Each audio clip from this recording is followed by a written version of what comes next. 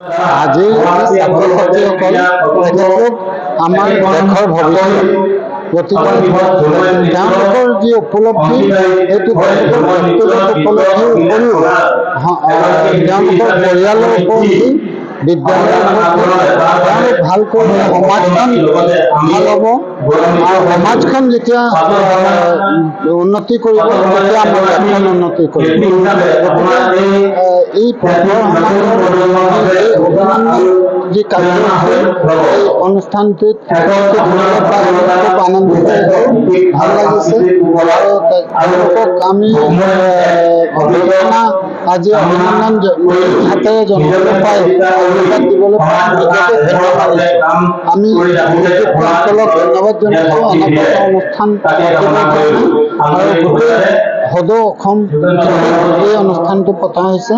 আৰু মোৰ দৃঢ় বিশ্বাস যে আমি যি নগৰবাসী ৰাইজ, তেওঁলোকে আমাৰ গাঁওবাসী আৰু চাহ বাগিচাবাসী ৰাইজক যদি আমি লগে আগবঢ়াই লৈ নাযাওঁ, তেতিয়াহ'লে আমি কেতিয়াও সফল হ'ব নোৱাৰিম, আমাৰ দেশখনক আগবঢ়াই নিব নোৱাৰিম, সমাজখনক উজ্জ্বলাই তুলিব নোৱাৰিম। গতিকে আমি নগৰবাসী ৰাইজৰ আমাৰ এইটো দায়িত্ব যে আমি আমাৰ যিসকল মানে গাঁওবাসী ৰাইজ আৰু চাহ বাগিচাৰ যি মানে কৰ্মীসকল বা বাসিন্দাসকল, তেওঁলোকক আমি হাত ধৰি আমাৰ লগে লগে আগবঢ়াই লৈ যাব লাগিব, তেওঁলোকক শিক্ষিত কৰিব লাগিব, সুসংস্কৃত কৰিব লাগিব, আৰু দেশখনৰ এজন সুনাগৰিক হিচাপে গঠন কৰিবলৈ আমি তেওঁলোকক ৰাস্তা দেখুৱাই দিব লাগিব, আমি আগবঢ়াই নিব লাগিব। তেহে আমি সমাজখন নিকা সমাজ গঠন কৰি তুলিব পাৰিম। ভাল এখন সমাজ গঠন হ'লে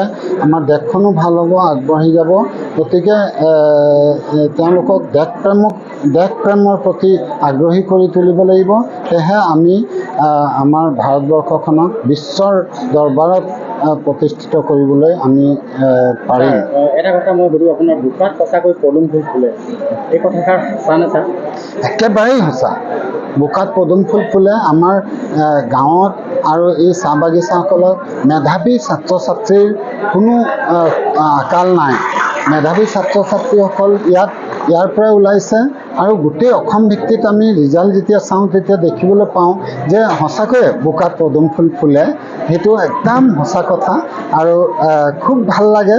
মই নিজেও গাঁও অঞ্চলৰ পৰা আহিছোঁ, নাকচালি আৰু শালমাৰী চাহ বাগিচাৰ পৰা আহিছোঁ। গতিকে মোৰ খুব ভাল লাগে যেতিয়া গাঁৱত পদুম ফুল ফুলে, আৰু যেতিয়া ভাল ৰিজাল্ট কৰে এজন মানে ভৱিষ্যত, আমাৰ দেশৰ ভৱিষ্যত ছাত্ৰ ছাত্ৰীসকল যেতিয়া নিজৰ কাৰণে কিবা সফলতা অৰ্জন কৰে, তেতিয়া মনত খুব ভাল লাগে।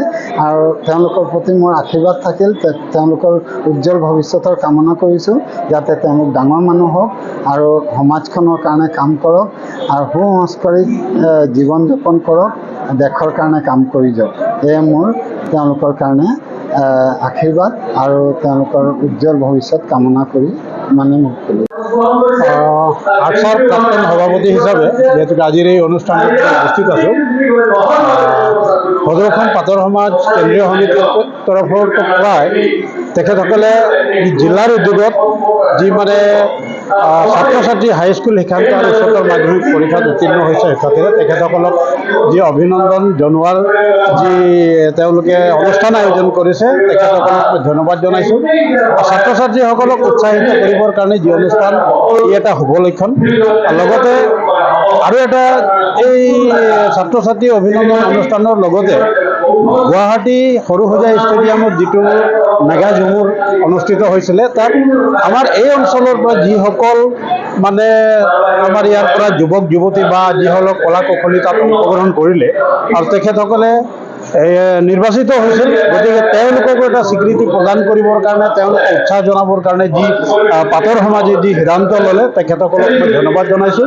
আৰু এটা ভাল কথা যে তেওঁলোকে অনাগত দিনত সেইসকল যুৱক যুৱতী বা কলা কৌশলী হওক বা যিসকল ছাত্ৰ ছাত্ৰী এতিয়া হাইস্কুল শিক্ষান্ত আৰু উচ্চতৰ মাধ্যমিক পৰীক্ষা দিব, তেওঁলোকে উৎসাহিত হ'ব আৰু তেওঁলোকৰ উজ্জ্বল ভৱিষ্যত কামনা কৰিছে। তেওঁলোকে অনাগত দিনত যাতে আৰু ভাল ৰিজাল্ট কৰক, তেওঁলোকে ভাল ধৰণে যাতে আগবাঢ়ি যাওক, শৈক্ষিক জীৱন তেওঁলোকৰ ভাল হওক আৰু নিজকে একোজন ভাল মানুহ হিচাপে প্ৰতিষ্ঠা হওক, তাকে আজি কামনা কৰিছোঁ। গতিকে এইখিনি কথা মই শুভেচ্ছা জনাই তেখেতসকলক বিশেষভাৱে অভিনন্দন জনাইছোঁ। অনুষ্ঠানটো গ্ৰহণ কৰিব আহিছে। চাওক, আমাৰ ছাত্ৰ ছাত্ৰীসকল মানে বহুত কেটেগৰী আছে। আমাৰ বহুত লাইন ঘৰত বহুত কষ্টৰ মাজত কিছুমানে মানে যদি থাৰ্ড ডিভিজন মাৰিছে তথাপি কোন স্থানৰ পৰা কোন জিলাৰ পৰা আহিছে?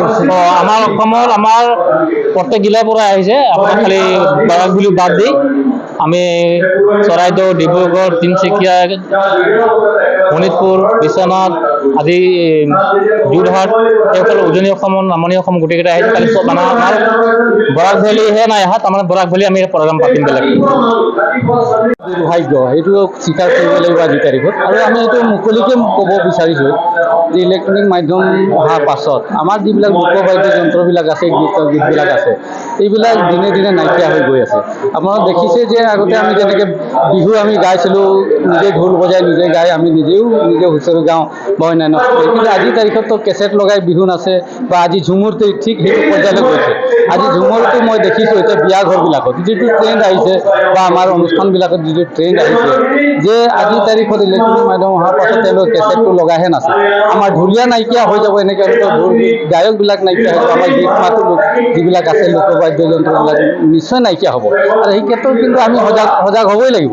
আৰু সেইকাৰণে আমি আহ্বান জনাম শিল্পীসকলক যাতে এই বস্তুবোৰ যাতে অলপ গুৰুত্ব দিয়ে, তেখেতসকলে গুৰুত্ব দিয়ে। আৰু আমাৰ লোকবাদ্য যন্ত্ৰ, লোকগীতসমূহ যাতে আমি নিজাববীয়াকৈ আমি যাতে প্ৰচাৰ কৰিব পাৰোঁ, আমি যাতে ইয়াক প্ৰকাশ কৰিব পাৰোঁ নিজৰ বিষয়ে, সেই তেওঁলোকে চিন্তা চৰ্চা কৰিব বুলি আমি বিশ্বাস কৰিছোঁ। আৰু যদি এনেকৈ হয় তেতিয়াহ'লে আমাৰ কলা সংস্কৃতিবিলাক নাইকিয়া হ'ব আৰু অপসংস্কৃতি ইয়াত গ্ৰাস কৰিব। আৰু অপসংস্কৃতি অহাৰ লগে লগে আমাৰ নিজস্ব যিবিলাক সংস্কৃতি এইবিলাকতো নিশ্চয় নাইকিয়া হৈ যাব। গতিকে সেইকাৰণে আজিৰ তাৰিখত এইটো এটা আমি সজাগ হোৱাৰ এটা সময় আহিছে। আৰু এইটো সঁচাকৈ আমাৰ কাৰণে এটা দুৰ্ভাগ্য হ'ব যদিহে আমি এইটো অৱস্থাটো কৰোঁ। আপুনি নাই, এইটো এটা কথা, এইটো বৃহৎ এটা অনুষ্ঠান আছিলে বাৰু। এইটো চৰকাৰী মাধ্যমত চৰকাৰী এটা ব্যৱস্থা আছিলে। আৰু নিশ্চয় ইয়াত 9,000 বা 10,000 মানুহ একেলগে ঢোল বজালেও অসুবিধা আছে, এইটো ঠিকে আছে। বাকী আমি এইটো আদৰণি জনাইছোঁ তেখেতসকলে। কিন্তু সেই যিটো তাত পৰিৱেশ হ'ল, সেই পৰিৱেশটো যদি আমি ঘৰত বা গাঁৱত কৰিবলৈ বিচাৰে তেতিয়াহ'লে নিশ্চয় আমাৰ সংস্কৃতিত এইটো বেয়া প্ৰভাৱ পৰিব। আমি ভাবিছোঁ যে সেই প্ৰভাৱটো যাতে নপৰক। আজি বিশ্ব ৰেকৰ্ড কৰিলে এইটো ধন্যবাদ দিছোঁ, আমি চৰকাৰকো ধন্যবাদ দিছোঁ, কাৰণ বিশ্ব ৰেকৰ্ড কৰিবলৈ গৈছে। যেনেকৈ বিহু বিশ্ব ৰেকৰ্ড কৰিলে খুব সুন্দৰ কাম হৈছে। কিন্তু সেই বস্তুটোকে আমি ঘৰ বা গাঁৱত যদি লৈ আহোঁ তেতিয়াহ'লে কিন্তু আমাৰ নিজস্ব সংস্কৃতি, কলা সংস্কৃতিৰ ক্ষেত্ৰত কিন্তু আমাৰ এইটো এটা বিৰূপ মানে এটা সৃষ্টি হ'ব। এইটো খাটাং। সেইকাৰণে মই ক'ব বিচাৰিছোঁ আজিৰ তাৰিখত শিল্পীসকলক মই আহ্বান জনাই এই কথাবিলাক কিন্তু আহ্বান, কাৰণ আমি দেখিছোঁ, মই নিজেই বহুত বিয়া ঘৰ গৈছোঁ, এতিয়া কেছেট লগাই নাচি আছে। তেতিয়া মই কৈছোঁ ঢোলবিলাক ক'ত গ'ল না, আমাৰ যিবিলাক শিল্পী আছে গায়কবিলাক ক'ত হেৰাই গ'ল। যদি এইটো হয় তেতিয়াহ'লেতো নিশ্চয় আমাৰ এটা মানে হেৰি হ'ব, আমাৰ সংস্কৃতিত বেয়া প্ৰভাৱ পৰিব। আৰু সেইকাৰণে মই ক'ব বিচাৰিছোঁ যে আজি যিসকল মানে শিল্পীসকল আছে তেখেতসকলে বিয়া সবাহত যাতে এই বস্তুটো যাতে লৈ নাহক, বিয়াবিলাকত যাতে নাহক বা অনুষ্ঠানবিলাকত এইটো যাতে আমি নানক। কাৰণ এইটো বিশ্ব দৰবাৰত আমি কৰিবলগীয়া আছিলে। এইটো এটা চেন্নাই ষ্টাইলত আমি কৰিছোঁ, এইটো বেলেগ কথা, হয় নাই? এই 9,000 10,000 মানুহক হয়তো আমি এইটো দেখুৱাইছোঁ একেলগত। এইটো এটা এই কথাটো এইটো বেলেগ কথা। কিন্তু ঘৰুৱা আমাৰ কলা সংস্কৃতি ৰক্ষা কৰাৰ ক্ষেত্ৰত এই কথাটো অলপ বেলেগ বুলি ভাবিছোঁ। গতিকে এইখিনি মোৰ স্পষ্ট কথা, যাতে আমাৰ নিজৰ কলা সংস্কৃতিকে ৰক্ষা কৰাৰ ক্ষেত্ৰত আমি নিজস্ব বাদ্যযন্ত্ৰ আছে আমাৰ, নাই জানো? ঢোল আছে, মাদল আছে, ধোঁচা আছে। আমি এইবিলাক আমি ব্যৱহাৰ কৰি আমি নাচ গানবিলাক কৰিলে আমাৰ আহি থকা প্ৰজন্মই সেইখিনিৰ পৰা এটা শিক্ষা পাব। আৰু আমাৰ কলা সংস্কৃতিবিলাক আমি সংৰক্ষণ আৰু বিকাশ কৰিবৰ কাৰণে আমাৰ নিশ্চয় এই ক্ষেত্ৰত আমি সুবিধা পাম বুলি আশা কৰোঁ।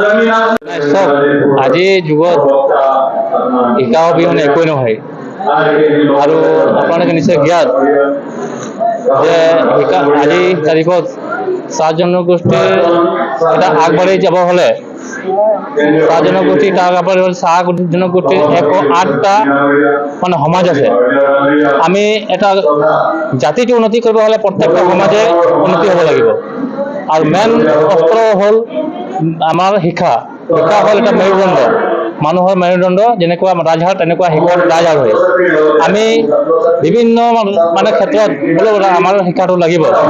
এই ক্ষেত্ৰত আমি অসমৰ ছাত্ৰত, অসমৰ উন্নয়নৰ ক্ষেত্ৰত, চাহ জনগোষ্ঠীৰ ক্ষেত্ৰত বা অসমৰ সৰ্বাংগীন উন্নতিৰ ক্ষেত্ৰত যে অসমৰ বাস কৰা প্ৰত্যেকটো জাতি জনগোষ্ঠীৰ শিক্ষা দীক্ষা বিভিন্ন দিশত আগবাঢ়ি যাব লাগিব। তেনেস্থলত আমি ভাবিছোঁ যে আমি পাটৰ সমাজে পাটৰ ভাগে আমি যদি আমাৰ ল'ৰা ছোৱালীবিলাক আগুৱাই লৈ যাব পাৰিম আৰু মুণ্ডাভাৱে লৈ যাব আৰু কুৰ্মীভাৱে যদি লৈ যাব, তেতিয়া গোটেই চাহ জনগোষ্ঠীটো তেতিয়া শিক্ষাৰ ক্ষেত্ৰত আগবাঢ়িব। আৰু যেতিয়া চাহ জনগোষ্ঠীটো আগবাঢ়িব, তেতিয়া অসমীয়া জাতি প্ৰক্ৰিয়া গঠনত চাহ জনগোষ্ঠী এটা অবিচ্ছেদ্য অংগ। গতিকে চাহ জনগোষ্ঠীটো যদি শিক্ষাৰ ক্ষেত্ৰত ঠিক হ'ব, তেতিয়া অসমীয়া জাতিটো আগবাঢ়ি যাব। যেতিয়া গোটেই মানুহ যেতিয়া আগবাঢ়ি যাব, তেতিয়া অসমৰ আমি বিভিন্ন ক্ষেত্ৰত শিক্ষা দীক্ষাৰ ক্ষেত্ৰত আমি আগবাঢ়ি গ'লে অসম উন্নয়ন ক্ষেত্ৰত আমি বহুত আগবাঢ়ি যাম বুলি আমি চিন্তাধাৰা কৰি আজি 2025 বৰ্ষৰ হাইস্কুল আৰু হাই ছেকেণ্ডেৰী স্কুল যিবিলাক উত্তীৰ্ণ হৈছে তেখেতসকলক আমি উৎসাহিত কৰিবৰ বাবে আমি আজি কেন্দ্ৰীয়ভাৱে আমি অভিনন্দন অনুষ্ঠানটো কৰিছোঁ।